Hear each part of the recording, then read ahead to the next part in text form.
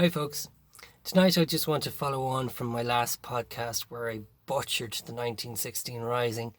I just wanted to talk about two military volunteer organisations that are in Ireland. They are the Civil Defence and the Irish Army Reserve. I was a member of the Civil Defence a long time back. Civil Defence was set up as the government's solution to the question what would happen if there was ever a national emergency, like a very bad storm or a pandemic or a nuclear explosion. In my time there, I learned basic first aid, advanced first aid, which involved learning how to put somebody on a stretcher and taking them down from high buildings. I also learned a bit about radiation monitoring, and there was some really cool exercises. There's they have a rigid hull inflatable boat where they take out for search and rescue on the seas and on the waterways, and I did some exercises with them doing that. Today, that organisation is it's still in effect, but there's a much smaller number of people volunteering in it, mainly down to the fact that budget constraints. It can't really grow, and the only way that would actually balloon in size would be in the event of a major national emergency happening. And after seeing so many of them in the last few years, it's highly unlikely that any of us will ever be wearing the Civil Defence uniform. After I was in the Civil Defence, I joined the Army Reserve. At the time it was called the FCA. The FCA was originally the local defence forces, which were set up around the time of the Second World War. And again, it was the government's solution to what had happened if we were invaded. We needed to have a large body of personnel that would be trained up to form some form of resistance. After the Second World War, a lot of it was demobilised, and the few units that remained formed the FCA, and they were used during for border work, and they were particularly useful around the time of the Troubles in the north. It then formed the Reserve Defence Forces in around 2002. It became a very respectable unit. It was the personnel in it were young.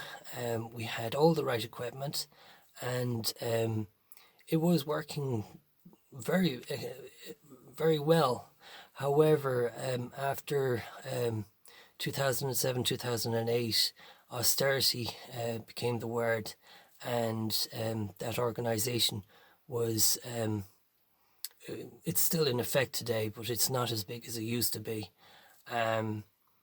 Today, every year or so, there's recruitment. They take on only the very, very best physically, the best 18 to 19-year-olds, the most determined 20, 21-year-olds. And if you're 22 and over, and if you get a place, you must have very admirable qualities.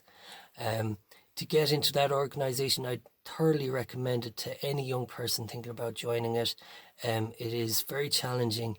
It calls for an awful lot of commitment, but there is a reward at the end of the day. It reflects your strength of character and the kind of person that you will go on to be for the rest of your life.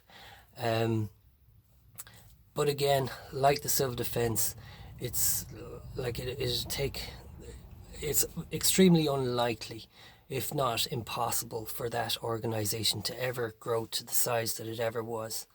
Thank God. Now, I'm not the smartest person here, but I can imagine that there are people in the Department of Defence and in the area of politics who are toying with the idea of setting up a voluntary military type organization, with the sole purpose of being that in the extreme unlikely event that there was ever a call up, that there would be a resource there. There would be a large group of like-minded people with reasonably good standards of fitness and skill and discipline, that it would be a good idea to have something like that in place in case something ever happened like that. And it definitely wouldn't cost the government anything to set up something like this. What they'd be looking for would be people who are ready and willing to put in the time and the energy to do something like that and to coordinate something like that. Be that as it may, I don't think that they would fall on their swords politically or for the sake of their job, just so that something like this would have to be set up voluntarily and outside the realms of the department or the politics, because it just wouldn't be socially responsible for somebody in the Department of Defence to say, hey, let's organise a big organisation where we get where we feed them regularly and we take them out hunting and shooting and run around in the dirt. That sounds expensive. So it's really up to us to actually work towards something like this. Another point I want to point out is that I asked myself, why don't I just join a golf club or join the GA or the Scouts or something like that?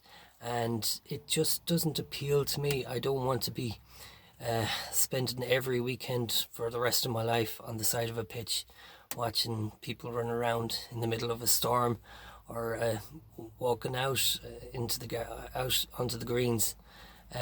It just doesn't appeal to me. I'd rather spend 1 week going out hunting or airsofting, and then a couple of weeks later go for a long hike, and then a couple of weeks later explore a river on a canoe or something like that. I'd prefer to have a bit of variety in my life. So yeah, setting up, and another thing, I could do all this on my own, but I would far enjoy it more if I had a group of like-minded people with me. That's all I have to say. Take care.